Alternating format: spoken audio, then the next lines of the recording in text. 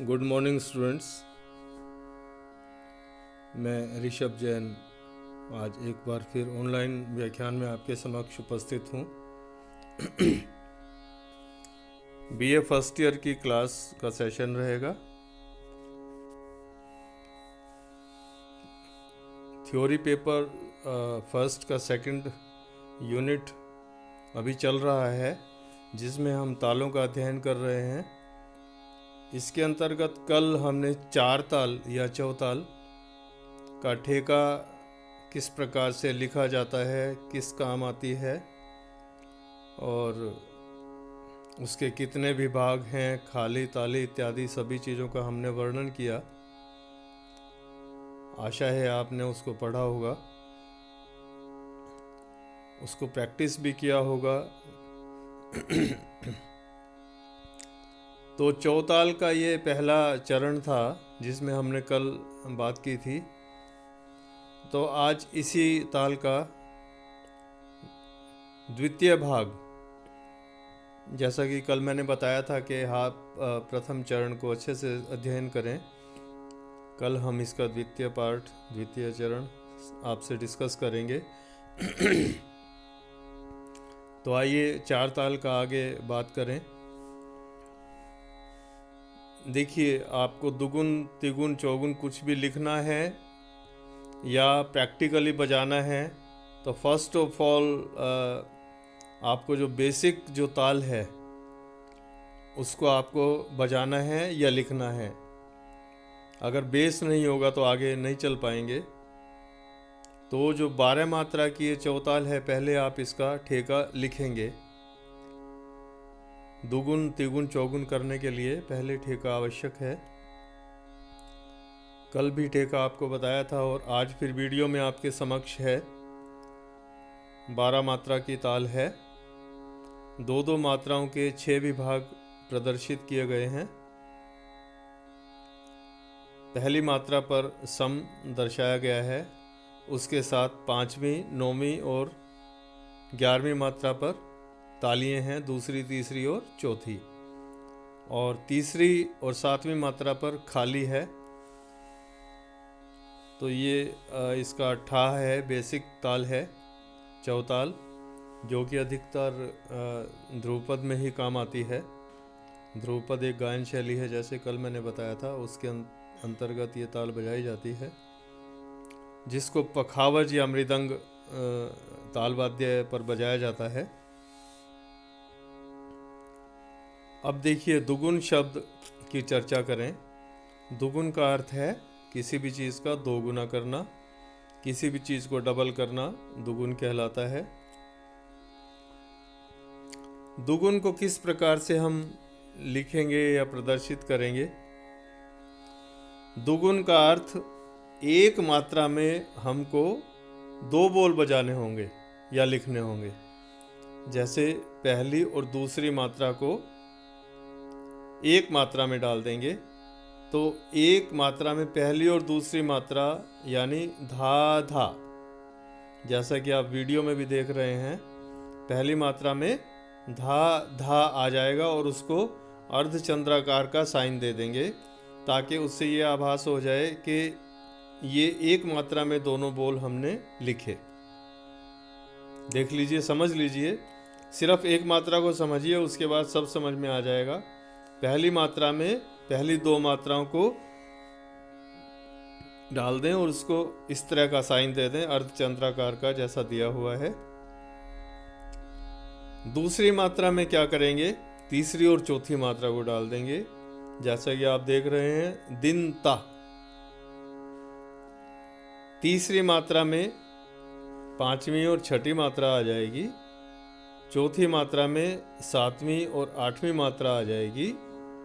5वीं मात्रा में 9वीं और 10वीं मात्रा आ जाएगी और 6ठी मात्रा में 11वीं और 12वीं मात्रा आ जाएगी। वीडियो में भी देख लीजिए। इस प्रकार आपकी पूरी ताल 6 मात्राओं में आ गई। 6 मात्राओं में पूरी ताल आ गई और अगली 6 मात्राओं में इसी तरह पूरी ताल आ जाएगी। 7, 8, 9, 10, 11, 12 मात्रा पर इसी प्रकार से ऊपर वाली ताल को नीचे लिख दें। इस प्रकार आप देख लीजिए आपकी पूरी ताल 2 बार रिपीट हो गई है। तो अगर आपकी 2 बार रिपीट नहीं होती है पूरी ताल, इसका मतलब आपने गलत लिखा है उसको या गलत बोला है।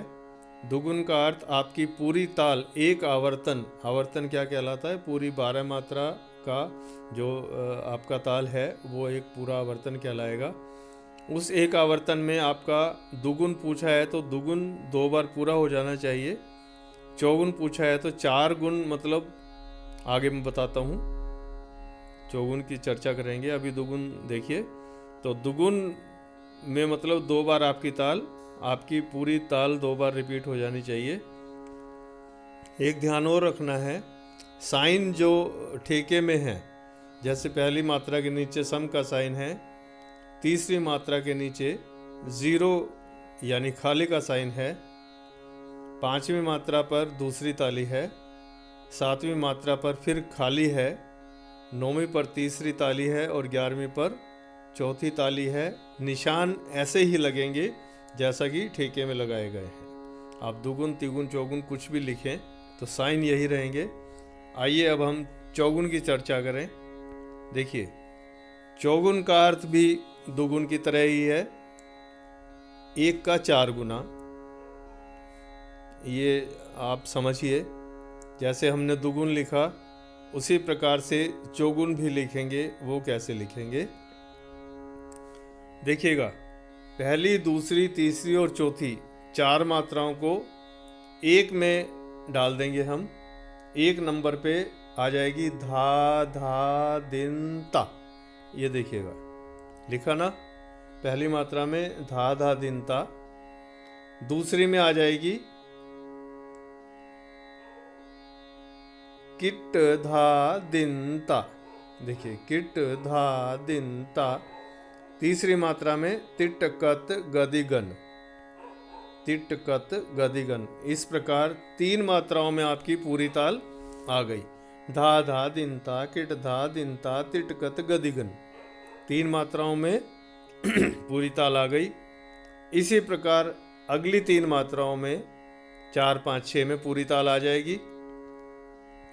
फिर 7, 8, 9 में पूरी ताल आ जाएगी। फिर 10, 11, 12 में 3 मात्राओं में पूरी ताल आ जाएगी। इस प्रकार आपकी पूरे एक आवर्तन में पूरी आपकी तार 4 बार विभाजित हो गई। समझ में आ रहा है? पहली 3 मात्रा में पूरी ताल आ गई, इसी तरह 4 पार्ट्स बन जाएंगे 3-3 के, लेकिन स्ट्रक्चर वही रहेगा, 2-2 मात्राओं के 6 विभाग।